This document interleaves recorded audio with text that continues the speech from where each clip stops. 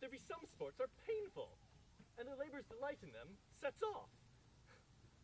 Some kinds of baseness are nobly undergone, and most poor matters point towards rich ends. This, my mean task, would be as heavy to me as odious. The mistress which I serve quickens what's dead, and makes my labors pleasures. She is 10 times more gentle than her father's crabbed, and he is composed of harshness. I must remove some thousands of these logs, and pile them up upon a sore injunction. My sweet mistress weeps when she sees me work, says such baseness had never like executor. I forget. But these sweet thoughts do even refresh my labors. Most busy least when I do it. Alas, now pray you work not so hard. Why would the lightning had burnt out these logs you enjoin to pile? Pray sit it down and rest you. My father's hard at study. Pray rest yourself. He's safe for these 3 hours. Most dear mistress, the sun will set before I shall discharge what I must strive to do. If you'll sit it down, I'll bear your logs a while. Pray, give me that. I'll carry you to the pile. No, precious creature. I'd rather crack my sinews, break my back, than such dishonor you undergo while I sit lazy by. It would become me as well as it does you, and I should do it with much more ease, for my goodwill is to it, and yours it is against. Poor worm, thou art infected. This visitation shows it. Oh, you look wearily. No, noble mistress, 'tis fresh morning with me while you are by at night. I do beseech you, chiefly that I might set it in my prayers. What is your name? Miranda. Oh, my father, I have broke your hest to say so. Admired Miranda. Indeed the top of admiration, worth what's dearest to the world. Full many a lady I have eyed with best regard, and several times the harmony of her tongue hath into bondage brought my too diligent ear. For several virtues have I liked several women. Never any with so full soul. But some defect in her did quarrel with the noblest grace she owed, and put it to the foil.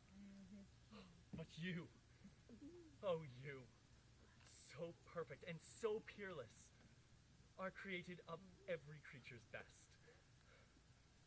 I do not know one of my sex. No woman's face remember save my glass mine own. Nor have I met more that I may call men than you, good friend, and my dear father. The features are abroad I am skillless of, but by my modesty, the jewel in my dower, I would not wish any companion in the world but you. Nor can imagination form a shape besides yourself to like of. But I prattle something too wildly, and my father's precepts I there and do forget. I'm in my condition a prince, Miranda. I do think a king I would not so, and would no more endure this wooden slavery than death. Hear my soul speak. The very instant that I saw you did my heart fly to your service. There resides to make me slave to it, and for your sake am I this patient log man.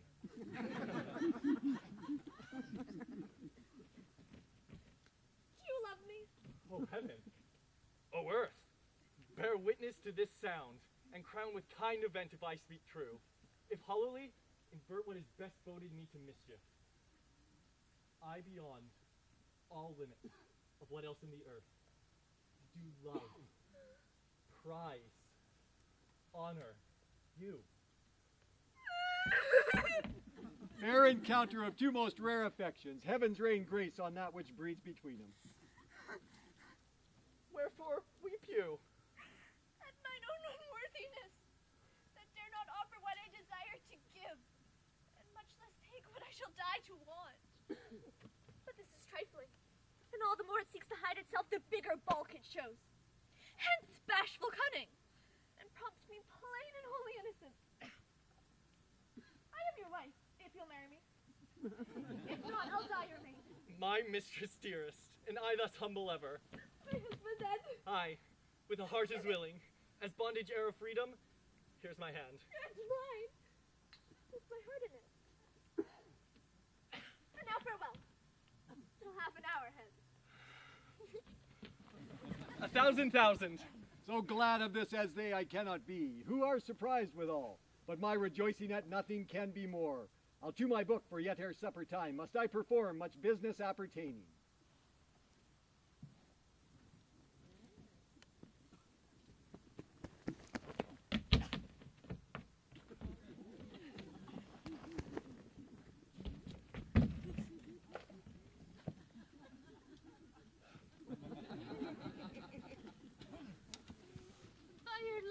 I can go no further, sir. My old bones ache.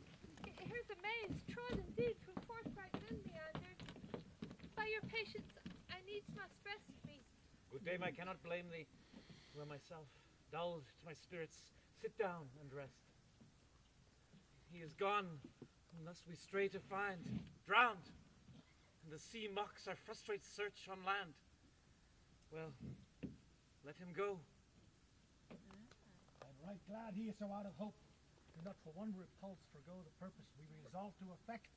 The next advantage we will take thoroughly. Let it be tonight, for now that they are oppressed with travel, they cannot nor will not use such vigilance. Tonight, I say, no more. Hark! My good friends, hark! You are three men of sin, whom destiny now hath to instrument this lower world, and what is in it? The never-surfeited sea has caused to belch up you, and on this island where men doth not inhabit. You, amongst men, being most unfit to live, I have made you mad! And even such like valor men hang and drown their proper selves! You fools! I and my fellows are ministers of fate, the elements, to whom which your swords are tempered, may as well wound the loud winds, or be mocked at stabs, kill the still-closing waters, as diminish one duel that's in my plume. My fellow ministers are like invulnerable. If you could hurt, your swords are now too massy for your strength, and will not be uplifted. But remember, 'cause that is my business to you, that you three men of Milan did supplant good Prospero, exposed unto the sea, yet half requited, him and his innocent child, of which foul deed the powers, delaying, but not forgetting, have incest the seas and shores, yea, all the creatures against your peace. Thee and thy son Alonso, they have bereft, and do pronounce by me, lingering perdition, worse than any death can be at once. Can step by step attend thee in your ways, nothing but heart sorrow. Bravely hast thou performed, my Ariel, and by instruction hast thou nothing bated in what thou hadst to say. My high charms work, and these mine enemies now are in my power. And in these fits I'll leave them while I visit young Ferdinand, whom they suppose is drowned, and his and mine love darling. In the name of something holy, sir, why stand you in this strange stare? It is monstrous! It is monstrous! Methought the billows spoke and told me of it. The winds did sing it to me. The thunder, that deep and dreadful pipe organ, pronounced the name of Prospero. It did base my trespass. Therefore is my poor son in the ooze bedded. I will seek him deeper than e'er plummet sounded, and there I will drown my son. Be the time of fight, legions are! Be thy second! All three of them are desperate. Their great guilt, like poison given to work a great time after, now begins to bite their spirits. I do beseech you that are of supper joints, follow them swiftly, and hinder them from what this ecstasy may provoke them to. Follow, I pray you. No, no, no, no. Tell me not. When the butt is out, we will drink water and not a drop before. Therefore, servant Weinster, drink when I bid thee. They say there's but 3 on this isle. 5 on this isle. 5. 3. We're 3. If the 2 other be brain like us, the state honors. Drink, servant monster, when I bid thee. Thy eyes are almost set in thy head. Oh, where else should they be set? He were a brave monster indeed, were they set in his tail. My man monster has drowned his tongue in sack. For my part, the sea cannot drown me. I swam ere I could recover the shore, 35 leagues off and on. By this light, monster, thou shalt be my lieutenant, or my standard. lieutenant if you list. He's no standard. Mooncalf! Speak once in thy life if thou beest a good mooncalf. Oh, that's thine honor.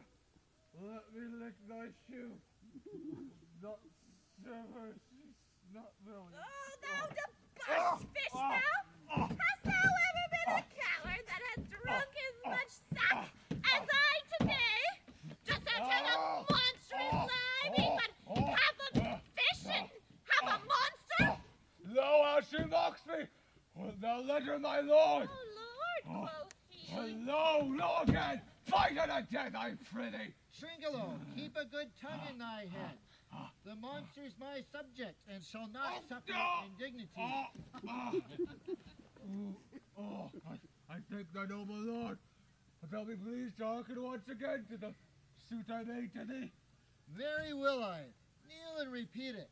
I shall stand, and so shall Shrinkalo. As I told thee, I am subject to a tyrant, a sorcerer, that by his cunning hath cheated me of this island. He's cheated me of this island! Thou liest. Thou liest! Thou jesting monkey, thou! I would my valiant master would destroy thee! I do not lie! Shrinkalo, if you disturb the monster one more time by this hand, I will supplant some of thy teeth. Why, I said nothing. Mum then, and no more. Proceed. I say, by sorcery he got this isle. From me he got it. If thy greatness will avenge it on him, for I know thou darest, but this thing dare not. That's most certain. Thou shalt be lord of it, and I'll serve thee. Now, how now shall this be compassed?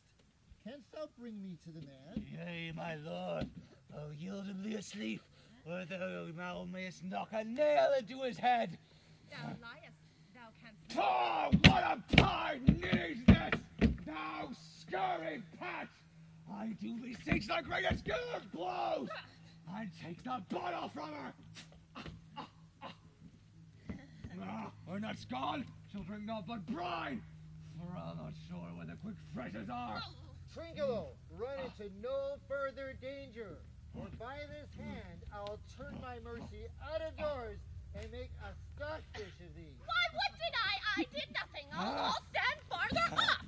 Now, didst thou not say he lied? Thou liest. Did I so? Take note that, and that, and this, and that, and that. As you like this, give me the lie another I time. did not give the lie. Out of your wits and hearing too. Oh, a box on your bottle. This can sack and drinking do. A mirror on your monster, and the devil take your fingers. Further with your tail. Pretty stand further up. I'll beat her enough! After a little time, I'll beat her too! Stand further. Proceed. As I told thee before, 'tis a custom with him in the afternoon to sleep. There thou mayest brain him, having first seized his books, or with a log batter his skull, or punch him with a stake, or cut his weapon with thy knife. Remember first to possess his books, for without them he's but a sot as I am, nor hath not one spirit to command. They all do hate him as rootedly as I. Burn but his books, and yet most deeply to consider is the beauty of his daughter. He himself calls her nonpareil. I never saw a woman but Sycorax, my dam, and she. But she as far surpasseth Sycorax's greatest as least. Is she so brave, alas? Aye, lord, she'll become thy bed, I warrant, and bring thee forth brave brood. Monster, I will kill this man, and his daughter and I shall become king and queen, save our graces. And thou and Shrinkalo shall become viceroys. Shrinkalo, dost thou like the plot? Excellent. I am sorry I beat thee. Give me thy hand. But while thou livest, keep a good tongue in thy head. No. Within this half hour will he be asleep. Wilt thou destroy him then? Aye, my honor. This I shall tell my master. Thou makes me merry. I am full of pleasure. Let us be talking. Will you troll the catch that you taught me about while here? Monster, at your request, I will do reason. Any reason. Come on, Trinkalo, let us sing and dance. Cloudum and Scotum, Cloudum and Cloudum, God is free! That's not the tune. What is this saying? Music. Played by the picture of nobody. If thou beest a man, show thyself in thy likeness. If thou beest the devil, take it as thou list. Forgive me, my Have mercy on us! Not feared. No, monster, not I. Not feared. This isle is full of noises. Sometimes 1,000 twinkling instruments do hum about my ears. Sometimes voices. This will prove a strange kingdom to me, where I shall have my music for nothing. When Prospero is destroyed. That shall be by and by. I remember the story. Oh, the music is going away. Let us follow it and after do our work. Monster, you lead. We'll follow. I would see this taborer. He lays it on. Wilt come? I'll follow, Stefano.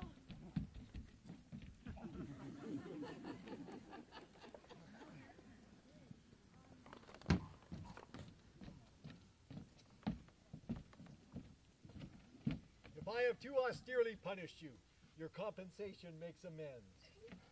For I have given you here a third of mine own life, or that for which I live, who once again I tender to thy hand. All thy vexations were but my trials of thy love, and thou hast strangely stood the test. Here, afore heaven, I ratify this, my rich gift. O Ferdinand, do not smile at me that I boast her of, for thou shalt find she will outstrip all praise and make it halt behind her. I do believe it. Against an oracle. Then as my gift, and thine own acquisition worthily purchased, take my daughter. But, if thou dost break her virgin not, before all sanctimonious ceremony made with full and holy rite be ministered, no sweet aspersion shall the heavens let fall to make this contract grow. But barren hate, sour-eyed disdain, and discord shall bestrew the union of your bed, with weeds so loathly that you shall hate it both. Therefore take heed, as Hymen's lamp shall light you. As I hope. For quiet days, fair issue, and long life. With such love as 'tis now, the murkiest den, the most opportune place, the strongest suggestion our worser genius can, shall never melt mine honor into lust. To take away the edge of that day's celebration, when I shall think, or Phoebus' steeds foundered, or night kept chained below. Fairly spoke. Sit then, and talk with her. She is thine own. What, Ariel? My industrious servant, Ariel? What would my potent master? Here I am. Thou and thy meaner fellows your last service did worthily perform, and I must use you in such another trick. Go, bring the rabble over whom I give thee power, here to this place. Incite them to quick motion. Presently, Aye, with a twink. before you can say, come and go, breathe twice and cry so-so, each one tripping on his toe. We'll be here with mop and mow. Do you love me, master? No? Dearly, my delicate Ariel. Do not approach till thou dost hear me call. Well, I can see.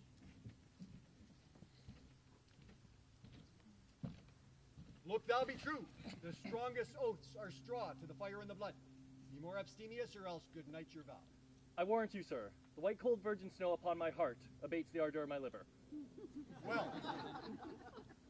Now come, my Ariel, bring a corollary.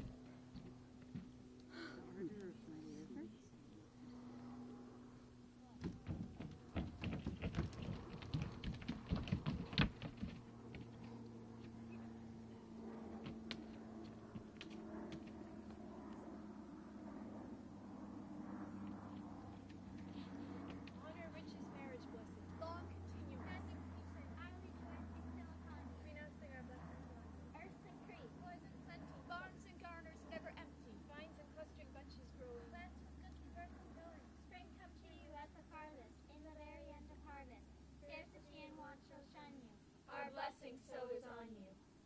may I be bold to think these spirits? Spirits, which by mine art I have from their confines called to enact my present bent. Let me live here ever. So rare a wondered father and wife makes this place paradise. I had forgot that foul conspiracy of the beast Caliban and his confederates against my life. The minute of their plot is almost come. Well done, avoid, no more! This is strange. Your father's in some passion that works him strongly. And never till this day saw him touched with anger so distempered.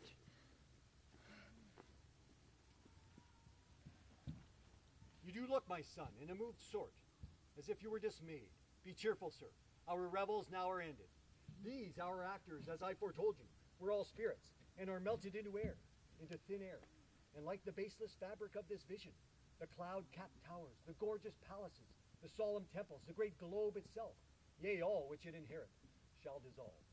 And like this insubstantial pageant faded, leave not a rack behind.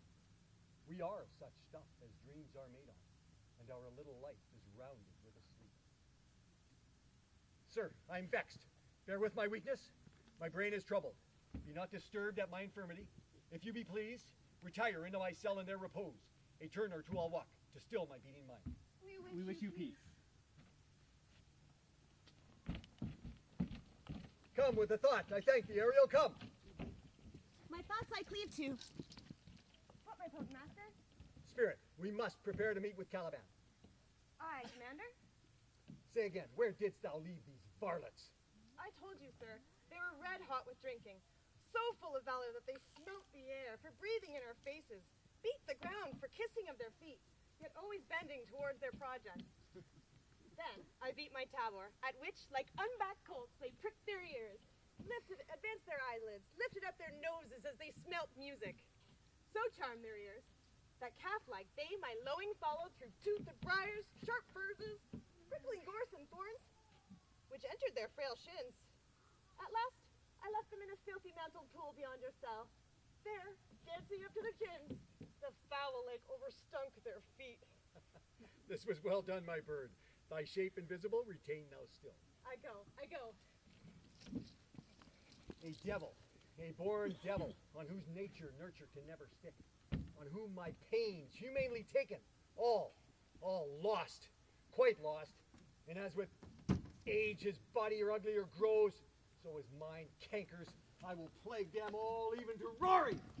Pray you tread softly, for the blind moment of your footfall will now near his cell.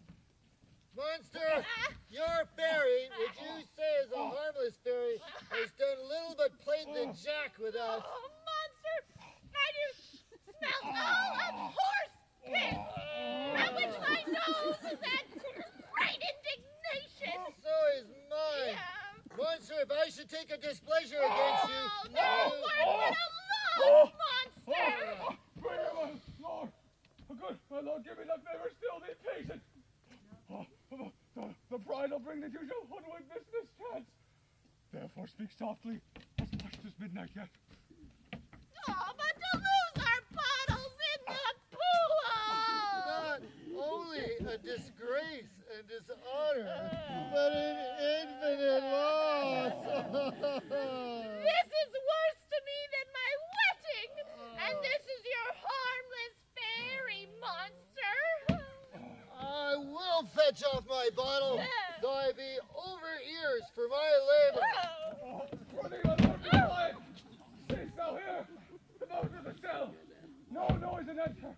Do that good mischief to make this island I know forever, and I thy Caliban pride thy foot liquor. Monster, give me thy hand. I do begin to have bloody thoughts. Oh, King Stefano! Oh,